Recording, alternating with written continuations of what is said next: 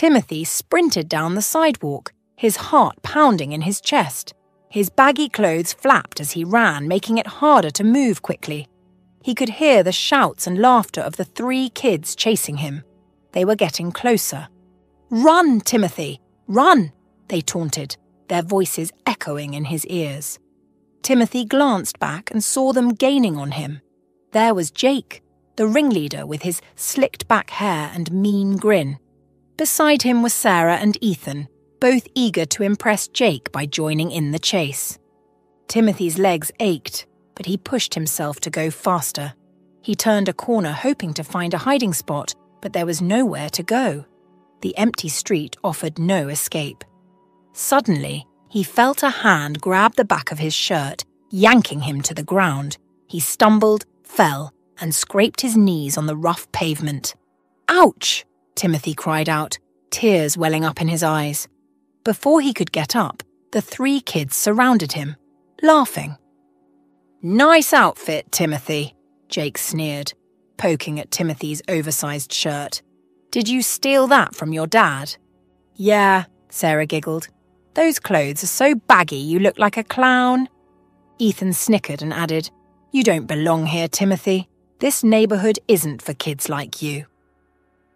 Timothy looked down at his clothes, feeling a wave of embarrassment wash over him. He couldn't afford new clothes. He tried to brush off the dust and stand up, but Jake pushed him back down. "Why don't you just go back to where you came from?" Jake jeered. "Nobody wants you around here." Timothy felt a lump form in his throat. He wanted to shout back, to defend himself, but the words wouldn't come. Instead, he stayed silent, tears streaming down his cheeks. Suddenly, a voice rang out from down the street. "Hey, leave him alone!" Everyone turned to see an older boy about 15 years old running towards them. It was Luke, one of the few people who had ever been kind to Timothy.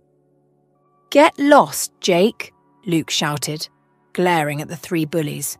"Or do you want to mess with someone your own size?" Jake hesitated, then scowled.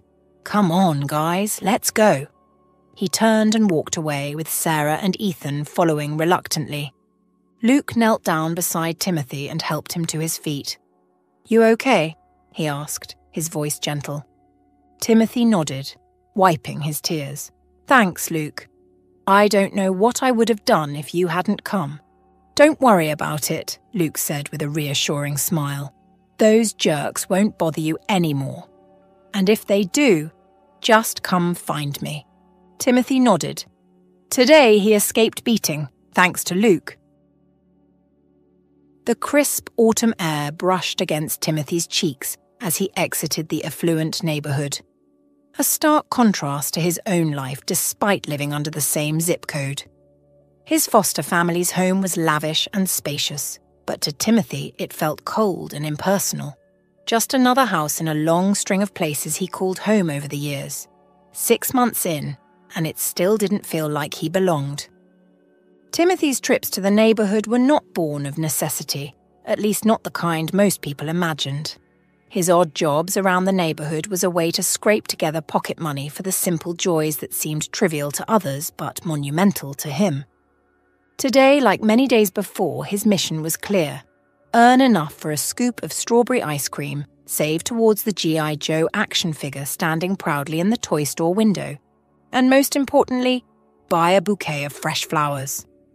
The flowers were not for decoration nor a gift for anyone in his temporary home. Even though he had escaped Jake and his gang, a shadow loomed over his light-hearted mood, the fear of returning home late. It was past 6, and Timothy knew that his foster mother, Jessica, might not be pleased. On a good day, Jessica would only scold him, her words sharp but fleeting. But on her bad days, the consequences could be much harsher, and that fear weighed heavily on Timothy's heart. As he reached his house, Timothy slipped quietly through the main door, hoping to avoid any confrontation. He tiptoed toward the basement, his safe haven and bedroom, trying to steady his breathing and calm the storm of guilt and fear inside him. "I'm just going to bed," he whispered to himself. "Maybe she won't notice I was gone." Just as he was about to close the basement door behind him, he froze. A voice cut through the silence, stopping him mid-motion. "Timothy!" It was Jessica's voice, sharper than the chill of the evening air. Timothy's heart pounded in his chest as he pushed the door back. The house was eerily silent just a few minutes before. As he took his few tentative steps, a shadow fell across the hallway, and he looked up to see his foster mother, Jessica, standing there with a stern expression etched onto her face. "Where have you been?" she demanded, her voice cold and cutting. "Do you have any idea what time it is?" Timothy's eyes dropped to the floor, his cheeks flushing with guilt. "I'm sorry," he mumbled. "I lost track of time. We were playing at the park, and—" Jessica cut him off with a sharp wave of her hand. "You were supposed to be home an hour ago. Do you know how irresponsible and selfish you are?" Tears pricked at the corners of Timothy's eyes, and he bit his lip to keep them from falling. "I didn't mean to," he whispered, his voice barely audible. "You never mean to do anything, but you always manage to mess things up. Why can't you be like other kids who actually listen and follow the rules?" Jessica asked. Timothy sniffled. "I'm really sorry," he said. "I'll do better next time." Jessica scoffed, her lips curling into a sneer. "There shouldn't be a next time. You're nothing but a burden. Every single day is a struggle with you. Why can't you just grow up and act your age?" Timothy's vision blurred as he tried to blink the tears away. "I'll try harder, I promise," he said, his voice trembling with fear and desperation. Jessica's tone dripped with disdain. "I want results." Timothy was silent, his shoulders hunched in defeat as he stared at the floor. He wished he could disappear, that he could turn back time and make everything right. Hasika let out a heavy sigh, shaking her head in frustration. "I don't know why I even bother," she muttered. "Go to your room and stay there until I decide what to do with you." Timothy nodded miserably, turning to trudge down the stairs to the basement. The tension in the house was palpable as Jessica's storm of sharp words continued, but her demeanour shifted dramatically with the sound of the front door swinging open. Sam, her biological son, burst through the door with the exuberance only a child can possess, his soccer uniform streaked with grass and dirt. "Mom!" he shouted, a wide grin spreading across his face as he ran into Jessica's arms. Jessica's stern expression melted into a warm smile the moment she wrapped her arms around Sam. Her body relaxed as she lifted him slightly off the ground in a tight embrace. "Oh, Sammy, you guys are so late. I was starting to worry," she exclaimed, her previous irritation forgotten in the joy of seeing her son. Frank, Jessica's boyfriend, followed behind, carrying a bag of soccer balls and a cooler. His presence always brought a sense of completion to the family scene. "Traffic was a nightmare," he explained, setting down his load and joining the embrace, turning it into a family group hug. Jessica laughed, her mood lightening further. "Well, you're here now, and that's what matters." She ruffled Sam's hair, then turned her attention back to the household. "Sam, go wash up.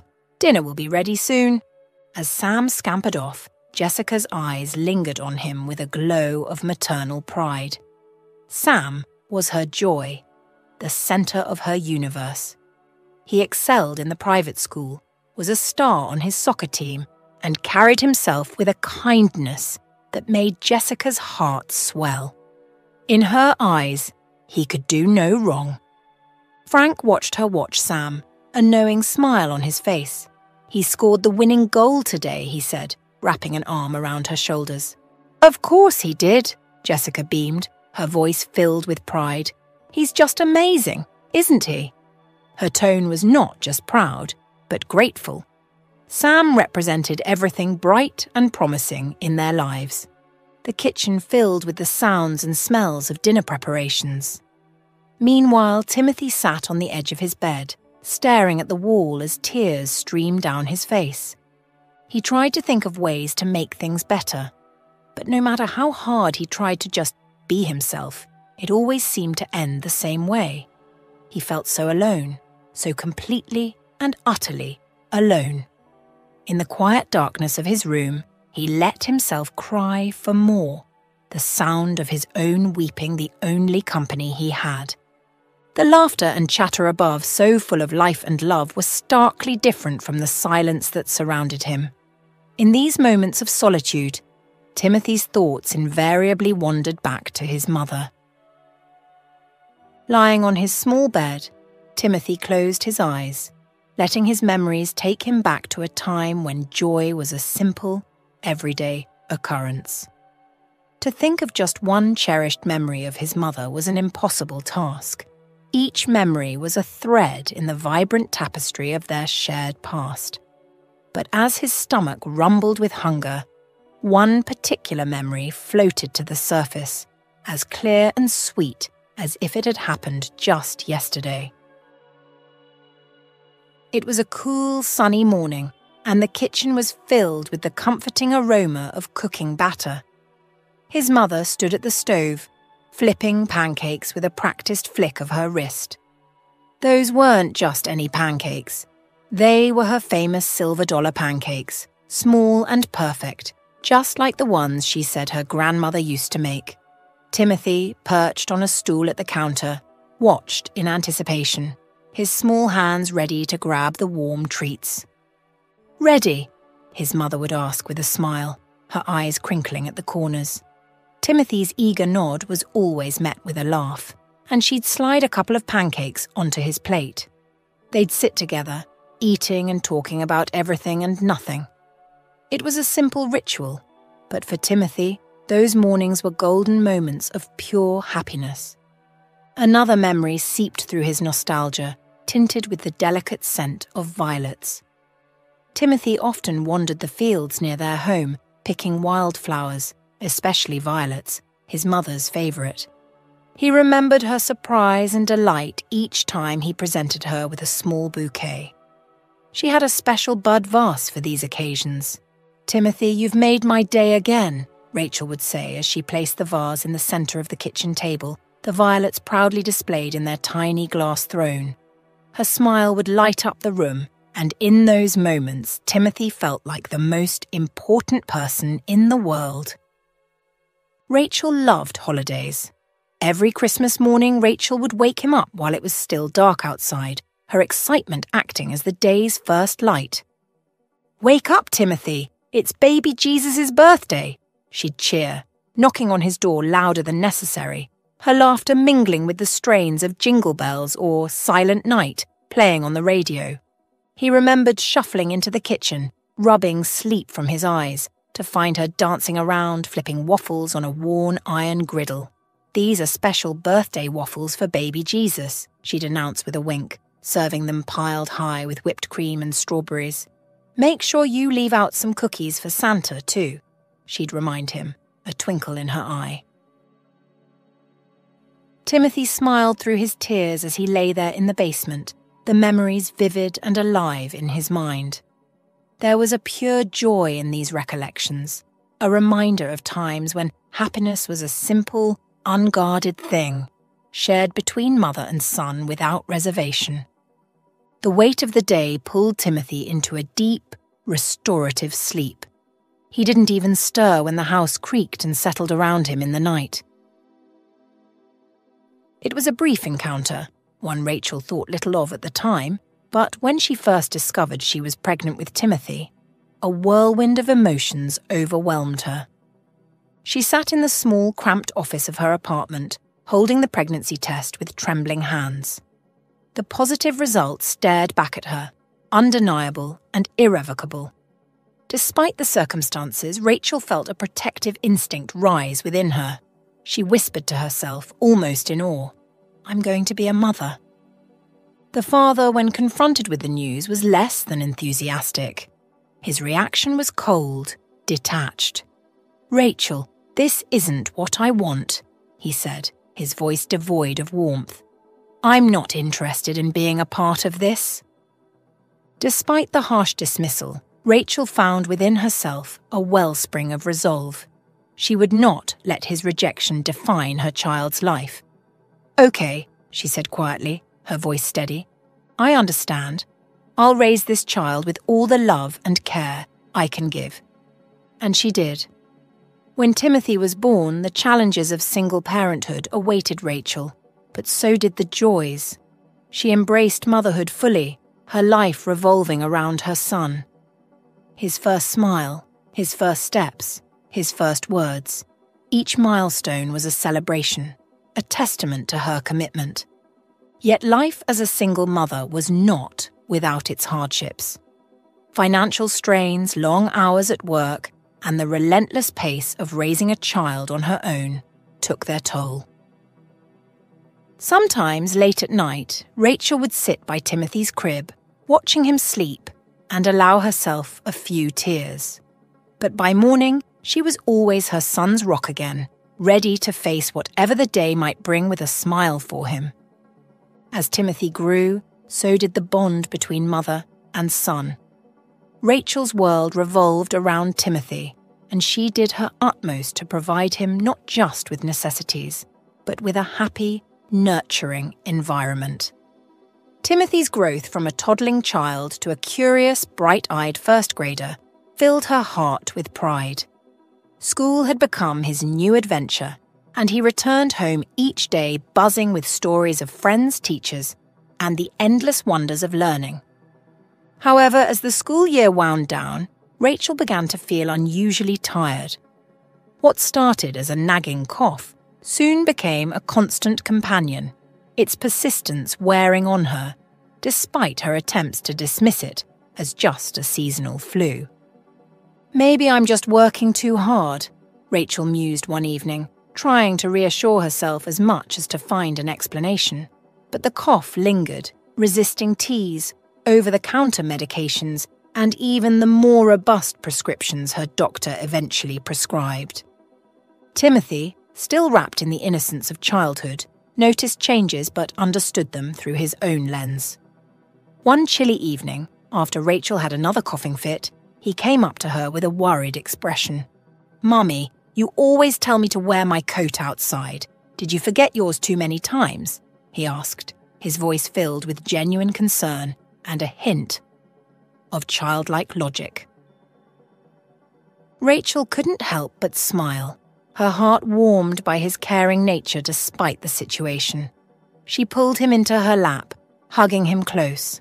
"Oh, my sweet boy, I wish it were that simple," she said softly, brushing his hair back from his forehead.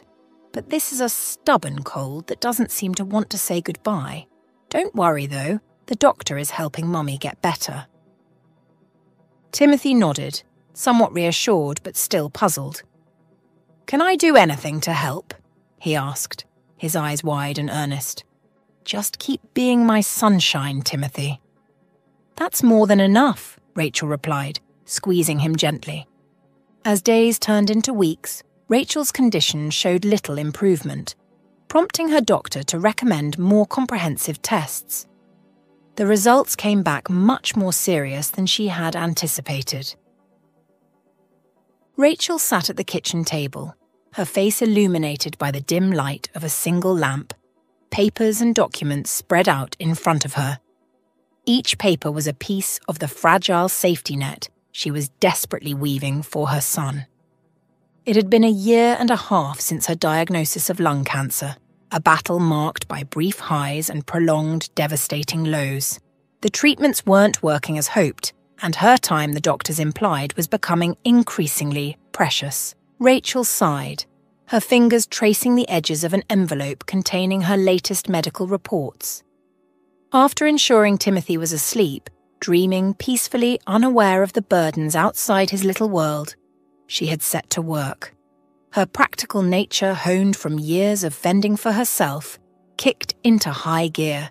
"He needs protection, a plan," she murmured to herself, the weight of her responsibility grounding her despite the turmoil swirling within. Growing up in an orphanage had taught Rachel to be resilient, to make do with the cards she was dealt without expecting a rescue. Now, facing her mortality, she found herself drawing on that same resilience. There were no relatives to turn to, No old friends with whom she had maintained ties strong enough to entrust with her son's future. Deep in her heart, Rachel clung to a sliver of hope that the relentless march of her illness would pause, would give her more time to prepare Timothy. But as each day passed, that hope dimmed a little more. She didn't fear death itself. Her belief in an afterlife provided her some comfort. Her greatest fear was leaving Timothy alone, unprepared for a world without her. She began organizing her finances, making lists of her assets, however modest, and writing down instructions for accessing her small savings. She contacted a lawyer, a kind man who offered a reduced rate when he learned of her situation, to draft a will and discuss guardianship options for Timothy. Late into the night, Rachel penned a letter to Timothy, one to be read if she could not be there to explain in person. Her hand trembled as she wrote, not from the cancer, but from the emotional weight of each word. My dearest Timothy, if you are reading this, I am no longer able to be by your side. This thought breaks my heart. But knowing you, my brave and bright boy, I am filled with pride. I have fought hard, not against just my illness, but for every moment I could snatch to watch you grow, to see your smile, to hear your laughter. I am not afraid of where I am going, but my heart aches at the thought of leaving you. This is not a goodbye, my love, but a promise that I am always with you. In every ray of sunshine, in every gentle breeze, and in the quiet moments when you feel alone, look around and you'll find me there. Please forgive me for keeping my illness from you for so long. I wanted to protect you, to let you enjoy being a child as long as possible. Remember, you are stronger than you think, and you are never truly alone. I have arranged everything so you will be taken care of. Trust in the kindness of others, and never be afraid to show your own. Always yours, Mom. She wiped away tears, not all of them sad, for she knew that in her own way she had prepared Timothy as best she could for the future. 3 months after writing her letter, Rachel passed away. Timothy felt like he had lost everything. At such a young age, he was devastated by the reality that he would never see his mother again. He was placed in a foster centre by social workers, where he felt lost and profoundly alone. The world seemed empty without Rachel, and he longed for her comforting embrace, knowing well that nothing could truly replace her. Despite being placed with a seemingly perfect foster family, Timothy remained heartbroken and detached from the world around him. He struggled with depression and had difficulty connecting with others. If only the families he stayed with could understand the depth of his pain and give him the time he needed to heal. However, all 3 families he had lived with found it difficult to care for him due to his withdrawn nature. Linda, the caseworker managing Timothy's situation, was frustrated with him. When Jessica, a woman willing to open her home to a foster child, appeared, Linda saw it as an opportunity. She sternly warned Timothy that if he didn't try to fit in this time, he might never find a family to call his own. Living with Jessica and her son, Sam, Timothy felt out of place from the start. Yet, Linda's warning had made an impact on him. Determined to try his best, Timothy slowly began to make efforts to adapt to his new home, hoping to find a sense of belonging. Timothy and Sam had struck an unlikely friendship. Over the months, Timothy had come to see Sam's family, not just as a temporary refuge, but as a potential home, a place where maybe, just maybe, he could belong.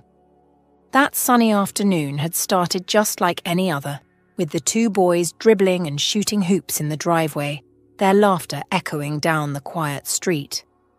The sun was particularly fierce, and sweat dripped down Timothy's forehead, stinging his eyes.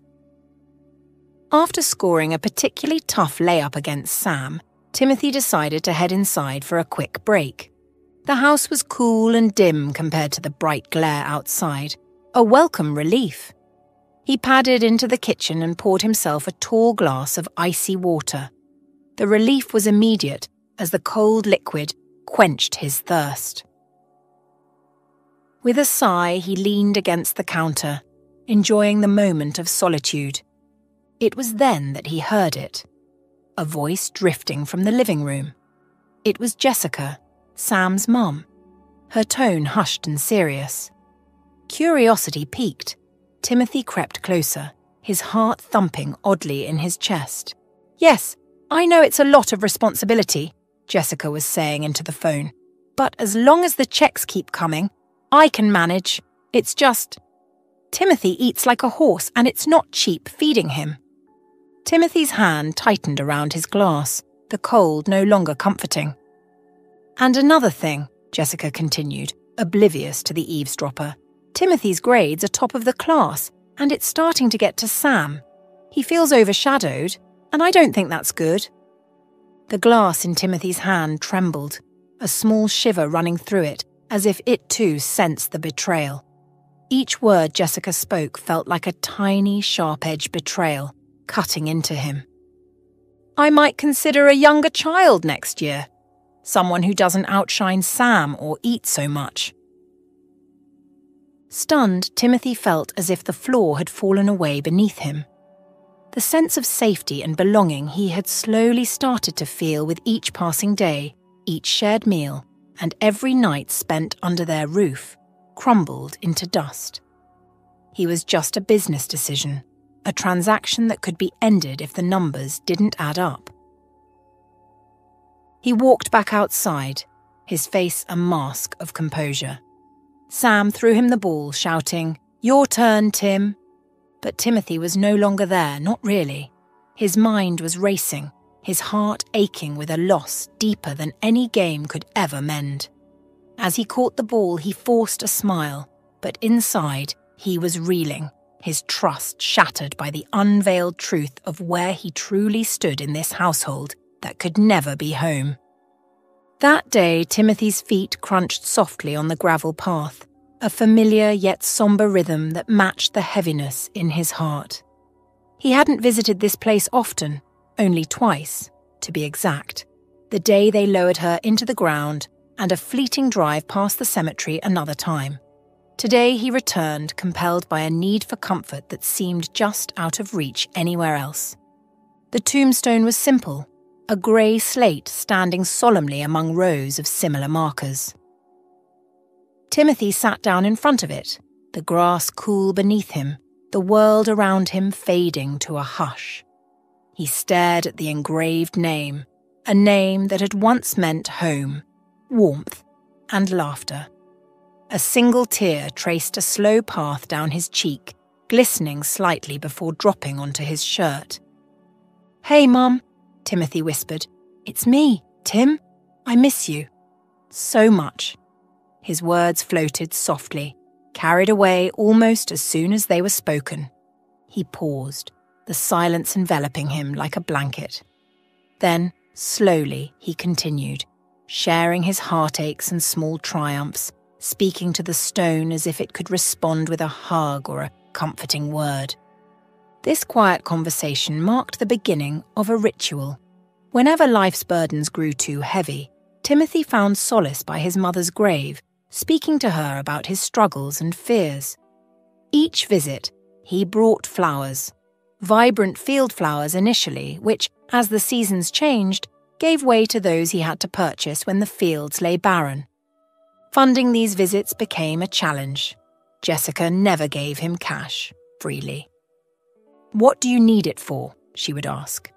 Timothy, feeling both indignant and embarrassed, lied about wanting ice cream or toys. He never mentioned the flowers, those sacred tokens of his love and remembrance. Determined to earn the money himself, Timothy started small. He traded homework help for quarters in school corridors. Later, he offered piggyback rides, racing down halls with giggling classmates on his back for a quarter a trip. But this entrepreneurial spirit wasn't well received. When teachers caught wind of his ventures, they threatened to bring Jessica into the school. Realizing school was no place for his business, Timothy turned to his neighbourhood, boldly offering to do odd jobs for money. The adults often chuckled at his earnestness, probing curiously about his need for cash. Timothy, cheeks burning, would mutter something about ice cream and toys, leaving out the real reason: his precious flowers for his mother.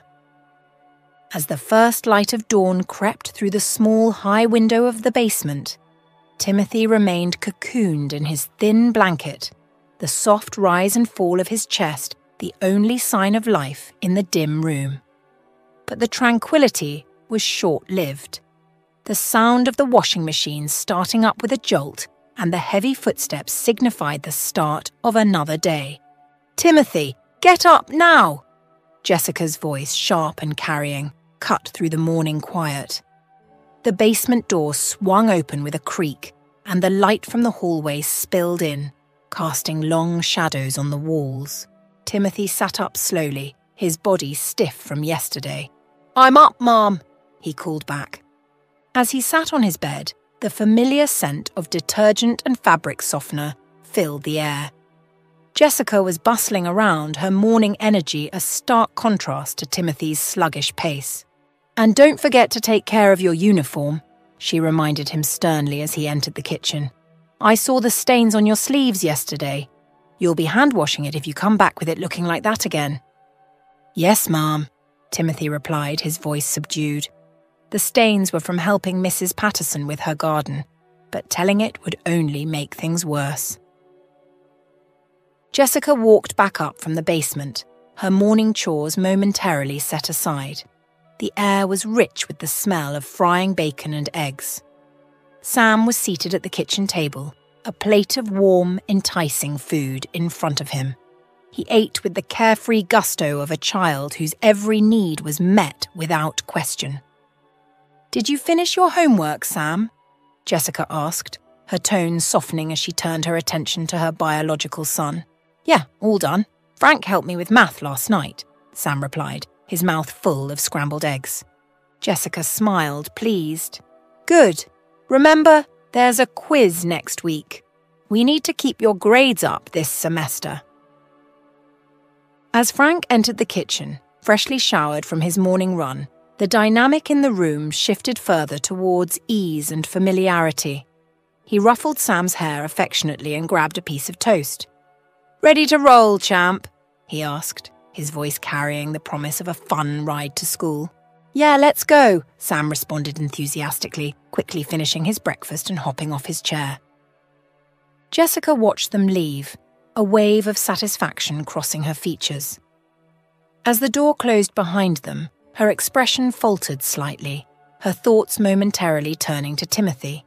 She knew the differences in how she treated them two, yet she rationalized it as doing the best she could under the circumstances. A few minutes later, Timothy stood quietly among a group of noisy kids at the bus stop, all bustling with the energy of a new school day. He kept to himself, his thoughts often drifting away from the present. But still today was special. It was his mother's birthday. For months he had scrimped and saved his pocket money for a big bouquet of flowers. His plan was clever yet simple. Feign a headache. Ask his teacher for permission to leave early, then buy the flowers and visit his mother at the cemetery. After school, as Timothy headed to the flower shop, he couldn't help but walk with a sense of pride, imagining himself as a hero on a secret mission. He pictured the bouquet he would choose, bright and beautiful. The biggest one they had. However, his excitement was cut short by an unexpected encounter. On the way, Jake and his gang blocked his path. "Where do you think you're going?" Jake sneered. "Just heading home," Timothy replied, trying to sidestep them, but they crowded around, taunting him. Timothy clenched his fists, feeling the crumpled bills he had carefully saved. He tried to push past, but Jake noticed. "What's that in your hand? Show us," Jake demanded. Desperate to divert their attention, Timothy muttered something about forgetting his homework, but it was too late. They realized he had money. After a tense few seconds, Timothy took off running, his heart pounding. He wished for someone to step in, to help him. but the streets were empty. Breathless and scared, he didn't get far before they caught him. They not only took his hard-earned money, but left him bruised and shaken on the sidewalk. The gentle patter of rain began to tap rhythmically against the glass panes of Hank and Naomi's little flower shop, nestled in the heart of their small town. It was nearing closing time, and the grey clouds had gathered quietly, almost as if they wanted to enjoy the colourful blooms without the bustling crowd. Hank glanced outside, noting the quickening pace of the raindrops. "Naomi, it's starting to pour. Let's bring the pots in before they soak up all this rain and double in weight," he called out, his voice echoing slightly in the almost empty store. Naomi, who was arranging a bouquet of bright marigolds and deep violet irises, looked up and nodded. "Good idea. I'll grab the trolley," she responded, her hands expertly tying the last of the green twine around the bouquet. Together, they moved swiftly yet carefully. Hank started with the large ceramic pots that were displayed outside, their earthy colours vibrant against the wet concrete. Each pot was filled with a variety of flowers, from daisies to tulips, which bobbed their heads as if saying goodbye to the day's light. Naomi wheeled the trolley back and forth, her steps quick and efficient. As she loaded the last of the potted ferns, a gust of wind sent a spray of rain into the shop, causing her to laugh as she pushed a damp strand of hair from her face. "Remember when we first started? We wouldn't have thought to bring the pots in until after they'd been drenched," Hank said with a chuckle, wiping his hands on his apron. 7 years, and it feels like just yesterday we were figuring it all out," Naomi replied, her eyes gleaming with the reflection of rain-washed lights from the street. "I guess we're seasoned shopkeepers now." Just as the rain intensified, a soft knock echoed through the shop. Hank opened the door to find a schoolboy standing there, his clothes muddy and torn, raindrops spattering his uniform. His face bore streaks where tears had been hastily wiped away. The boy hesitated before speaking. "Could I possibly do some work for you in exchange for a bouquet of flowers?" he asked tentatively. Hank, puzzled, responded, "I'm afraid we're closed now, kid, and there's no work to be done." Timothy, undeterred, unzipped his backpack and pulled out a half-eaten sandwich. Offering it to Hank, he said, "Could I trade this for a bouquet, please?" Hank, touched by the request, called over to Naomi. Naomi approached Timothy with a gentle smile. Crouching down to his level, she asked, "Which one would you like?" Timothy's eyes lit up and he scanned the shop. He pointed at a smallest, modest bouquet, and Naomi retrieved it for him. "Whoever is receiving this must be very special to have someone like you looking out for them," Naomi said warmly, handing him the bouquet. Timothy extended the sandwich towards her. "I don't have any money today, but please take my sandwich. I only took one bite. I promise I'll come back and pay for the bouquet." Naomi smiled kindly and declined the sandwich. "Consider this bouquet a gift from our shop," she insisted. Grateful, Timothy thanked them and stepped out into the rain, shielding the bouquet with his jacket as he started to walk away. Naomi called out, "Hey kid, where are your parents? Don't you want to wait out the rain?" But Timothy was already running down the street, a small figure disappearing into the rainy haze. Naomi peered anxiously at Hank, her eyes shadowed with concern. Naomi shook her head, her anxiety rising. Without waiting for another word, she grabbed her umbrella and dashed out into the drizzling rain, her heart pounding with worry for the boy. As she rounded the corner, Naomi's eyes searched frantically, but the young boy was nowhere in sight. She spotted a man standing under an overhang smoking a cigarette. Rushing up to him, Naomi asked breathlessly, "Excuse me, sir, have you seen a little boy pass by here? He's carrying a bouquet of flowers." The man flicked his cigarette and nodded, pointing down the street. Thanking him, Naomi took off in the direction indicated. Her shoes splashed through the puddles as she crossed the street, her eyes scanning the distance. Turning another corner, she finally spotted Timothy. He was a small figure in the distance, moving quickly with his bouquet held tightly against his chest. Though the rain had begun to subside, Naomi found it hard to catch up as Timothy briskly walked ahead. Suddenly, he turned down a narrow path that sliced through the old cemetery gates. Naomi's breath hitched. She hadn't expected him to come here. With a heavy heart, she followed him at a distance. Her mind swirling with memories, she struggled to keep at bay. The cemetery was a place of deep, personal pain, but now it beckoned her forward with its silent, solemn whispers. The rain stopped completely as Naomi watched Timothy approach a grave. Her steps slowed and she held her breath as the boy carefully removed his jacket from around the bouquet. He gently placed them on the tombstone, smoothing out the petals before standing back. "Happy birthday, Mum," Timothy's voice broke through the quiet, his words tremulous but clear. He then sat down on the damp grass, his shoulders shaking slightly. "I'm sorry, Mum. I wanted to bring you the biggest bouquet ever, just like I promised. But this was the best I could find. A nice lady gave me this bouquet for free because I lost my money. But I'll go back to pay her back. Maybe I can help out at their shop. They seemed really kind." Naomi stood hidden behind a gnarled oak tree. The soft murmurs of Timothy's voice, laden with regret and sorrow, drifted through the air, reaching her ears and twisting her heart painfully. Her eyes, a deep well of sorrow, welled up with tears, each one a silent testimony to the ache in her heart. Timothy knelt beside a modest gravestone, his voice barely above a whisper. "I love you and I miss you so much, Mom." His words faltered, choked by the rising tide of emotions. Naomi's own grief resonated with Timothy's pain, her memories vivid and painful. Just a few feet away, under the shade of a weeping willow, lay her own son, whose laughter had once filled her days before a cruel illness claimed his bright spirit 7 years ago. The floodgates opened and Naomi's tears cascaded down her cheeks, her sobs slicing through the quiet cemetery. Her grief, usually a silent companion, now voiced itself loudly, drawing Timothy's attention. He turned, his tear-streaked face registering confusion at the sight of the familiar lady from the local flower shop emerging from behind the tree. "I'm so sorry, kid. I'm so sorry about your loss," Naomi managed to say, her voice thick with emotion.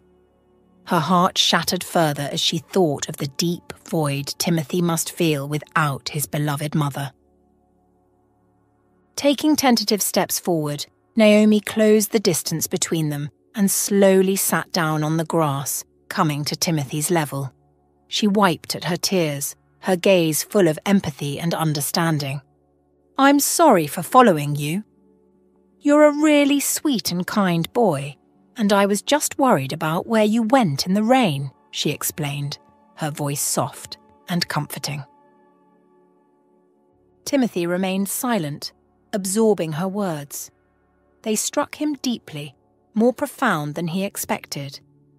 It had been a long time since anyone had shown him such genuine concern, and her kindness touched a raw nerve. His eyes brimmed with tears, the emotions he had been holding back, now threatening to overwhelm him. To distract himself, Timothy began to gather the old flowers scattered around his mother's tombstone. Naomi watched him for a moment, her heart aching for the boy. Breaking the silence, she spoke gently. "It's hard, isn't it? Feeling like you're carrying it all alone?" Timothy nodded, not trusting his voice. He kept his focus on the flowers, afraid that any attempt to speak would unleash the flood of emotions he was barely containing. Naomi reached out, her hand lightly touching his shoulder. "You're not alone, kiddo. I understand. More than you might think," she confessed, her voice barely a whisper. The air hung heavy between them, filled with their shared understanding of loss. Together, they sat in silence, each lost in their own thoughts but comforted slightly by the presence of someone who truly understood. The cemetery lay quiet. The only sounds were the distant calls of birds and the rustling of leaves in the gentle breeze. Soon Timothy broke the silence. "Carnation and orchids seem to last longer," he said thoughtfully, picking up a faded orchid from the ground. "I guess I need to put them in a vase and pour some water, so they last even longer than that." Naomi smiled at his comment, her heart warmed by his knowledge of the flowers. "Carnations and orchids do hold up well. If you add a little sugar to the water, it can help them stay vibrant even longer." Timothy looked at her with interest. "Really? Sugar helps?" "Yes," Naomi nodded, eager to share her knowledge. "Just a teaspoon in the water acts like food for the flowers. It's like a little treat that keeps them happy." Encouraged by her advice, Timothy's eyes brightened. "What else?" he asked, genuinely curious. Naomi, feeling a connection through their shared tasks, suggested, "We could clean up around here too, make it really nice for your mum." Together they stood and began tending to the area around the tombstones. As they worked, Naomi shared more of her tips. "Marigolds are another good choice for here. They're bright and cheerful, and they can help keep pests away too," she explained, her hands expertly pulling weeds. Timothy smiled. Naomi, sensing his interest, added, "Maybe next time we can bring some marigolds to plant. They'd look wonderful and make this place even more special." As the pile of weeds grew smaller and the area around the tombstones became neater and more cared for, a sense of accomplishment filled the air. Timothy, feeling lighter than he had in days, looked over at Naomi with a shy smile. "Thanks for helping me," he said, his voice steady but filled with emotion. Naomi returned his smile, placing her hand gently on his shoulder. The quaint charm of Naomi and Hank's flower shop had become a sanctuary for Timothy. Ever since that poignant day at the cemetery, the boy found solace among the blooms and greenery, eagerly helping around the shop after school. His presence was not one of obligation, but of a deep-seated need for connection, especially with Naomi, who had become a surrogate figure in his life. One overcast afternoon, while Naomi and Timothy were at the cemetery planting new flowers, Hank was left to manage the shop alone. The bell above the door chimed gently as a customer entered, the sound usually a precursor to a friendly greeting. However, this time the atmosphere shifted as the woman, known in the neighborhood as Jessica, entered quietly without a word. She meandered through the aisles, her eyes scanning the vibrant displays of flowers and plants, her demeanor cold and detached. Finally, with a smirk curling her lips, she turned to Hank, who had been observing her cautiously from behind the counter. "Is this the shop where the owners exploit child labor?" Jessica's voice was sharp, her accusation hanging heavily in the air. Hank's eyebrows furrowed in confusion and concern. "Excuse me, what do you mean by that?" he asked, his tone a mixture of disbelief and irritation. Jessica folded her arms, her expression one of disdain. "Timothy is my son, and I've been informed he's being forced to haul things around here," she declared, her voice tinged with accusation. Taking a moment to compose himself, Hank straightened up, his gaze fixed firmly on Jessica. "You should be careful about tossing such accusations around, Jessica," he replied sternly. "If anyone is abusing the situation, it's you, for neglecting your son's need for care and affection." That visibly shook Jessica. She hadn't anticipated her confrontational approach to be met with such a robust defense. "He's here voluntarily," Hank continued, his voice firm. "Timothy comes here because he finds peace, something he seems to need quite a bit." The color drained from Jessica's face as she absorbed Hank's words. Anger mixed with a flicker of realization in her eyes, but her pride wouldn't allow her to concede. "I want him out of here," she snapped, her voice shaking slightly. Hank shook his head, resolute. "He's welcome here, as long as he wishes to be. Now, I think it's best if you leave." Jessica's shock turned into indignation as she processed his dismissal. With a huff, she stormed toward the door, slamming it behind her so forcefully that a nearby arrangement of chrysanthemums trembled. As the door's echo faded, Hank sighed deeply, his heart heavy with the confrontation's weight. He worried about the impact on Timothy. Glancing at the clock, he decided it was time to close up. The weeks leading up to that pivotal day had been a whirlwind of activity for Hank, but every effort was laced with a profound sense of purpose. He had been meticulously gathering all the necessary paperwork, navigating the complex bureaucracy with a quiet determination. This morning, he awoke with a palpable excitement. Today was the day he had been working towards. From the moment Timothy had wandered into their flower shop, Hank knew it wasn't a mere coincidence. The boy's instant connection with Naomi had seemed almost fated. Two souls that had been searching finally finding solace in each other. When he shared his plans with Naomi, her reaction was one of stunned happiness. Though a man of few words, Hank's actions spoke volumes about the size of his heart.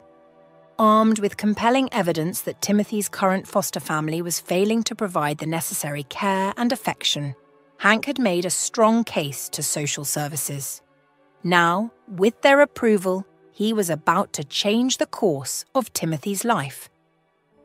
Unbeknownst to Timothy, these significant decisions were being made in the background. That morning, Hank and Naomi drove to Jessica's house, where they knew Timothy was at school and Jessica was expecting them. The atmosphere was tense but focused as they silently collected Timothy's few belongings. Each item they packed was a symbol of the new life they were ready to offer him. Later that afternoon, Hank waited outside the elementary school, his heart beating with a mix of nerves and excitement. As the school bell rang and children began pouring out, his eyes searched for one familiar face. When Timothy appeared and their eyes met, a warm smile spread across Hank's face. Timothy, puzzled and surprised, approached the car. "What are you doing here?" Timothy asked, his curiosity piqued. Hank paused, giving the moment the weight it deserved, then reached into the glove compartment and pulled out a notebook. "Is this yours?" he asked, handing it to Timothy. Timothy's eyes lit up with recognition. "I've been looking for this for so long," he exclaimed, flipping through the pages of his diary. Hank's voice was gentle but earnest as he confessed, "I'm sorry for peeking into your notebook, but it helped me understand something important." He hesitated, ensuring Timothy was ready for what was coming next. Timothy, sensing the seriousness, listened intently as Hank continued.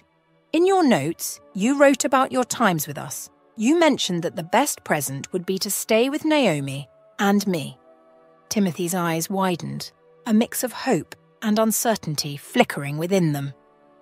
Before he could respond, Hank started the car and drove towards his house. The journey was short, but each second was laden with anticipation. As they pulled up in front of a cozy-looking home, Hank turned to Timothy, his expression warm and welcoming. "Welcome home, kiddo," he said, his voice thick with emotion. Timothy's response was a breathless, disbelieving whisper, his eyes taking in the house that stood before him. A symbol of new beginnings. "Really?" was all he could manage, his voice a mixture of awe and excitement. Hank nodded, smiling broadly. "Yes, really. Welcome to your new home." The world around Timothy seemed surreal, as if he had stepped into a dream from which he never wanted to awaken. He blinked hard, fighting back the tears that threatened to spill over. Each droplet was a mix of past sorrows and present joys, colliding in the reality of this unexpected turn in his life. Do I not have to go back home today?" Timothy's voice was small, tinged with a hope so fragile it could shatter at a word. Hank, standing beside the car, felt a wave of emotions surge through him. His eyes, too, brimmed with tears as he witnessed the raw, unguarded hope in Timothy's question. "Yes, kiddo, you don't have to go back there," he affirmed, his voice breaking. "This is your home now." Timothy's heart skipped a beat at Hank's words. He slowly stepped out of the car, his legs trembling slightly as he took in the sight of the small house before him. It was beautiful, almost fairy tale-like, adorned with vibrant flowers and bathed in the warm glow of the setting sun. Hank wiped away his tears and managed to smile, standing strong for Timothy. He watched as the boy took a few tentative steps forward, then paused and looked back, seeking reassurance. "It's okay," Hank encouraged with a nod, feeling a profound connection to this moment, to this brave young boy. Emboldened, Timothy walked forward again. Just then, the front door swung open and Naomi stood there, her presence like a beacon. Seeing her, Timothy's restraint broke, and he sprinted toward her with a burst of energy that only pure joy could fuel. Naomi opened her arms wide, and the moment Timothy reached her, she enveloped him in a warm, protective embrace. They sank to the grass together, holding each other close. The world around them melted away. After what felt like an eternity, Naomi gently released him, her eyes shining with tears of happiness. She cupped Timothy's face in her hands, her voice soft but filled with emotion. "Welcome home, Timothy." The words echoed in his heart, a soothing balm to all his past wounds. Timothy looked around at the garden, the windows glowing warmly as the sun dipped below the horizon, and he felt a deep, comforting sense of belonging. "Yes, this feels like home," Timothy whispered, a smile breaking through his tears. He felt a weight lift from his shoulders, a burden he had carried for far too long. Hank joined them on the grass, his presence a strong, reassuring force. "We're a family now," he said, his voice thick with emotion. As the stars began to twinkle in the twilight sky, Timothy, Hank, and Naomi sat together on the lawn, their laughter mingling with the gentle night breeze. The house, with its welcoming light and floral embrace, stood as a testament to a new beginning, a new family, and a new life for Timothy, where love, care, and warmth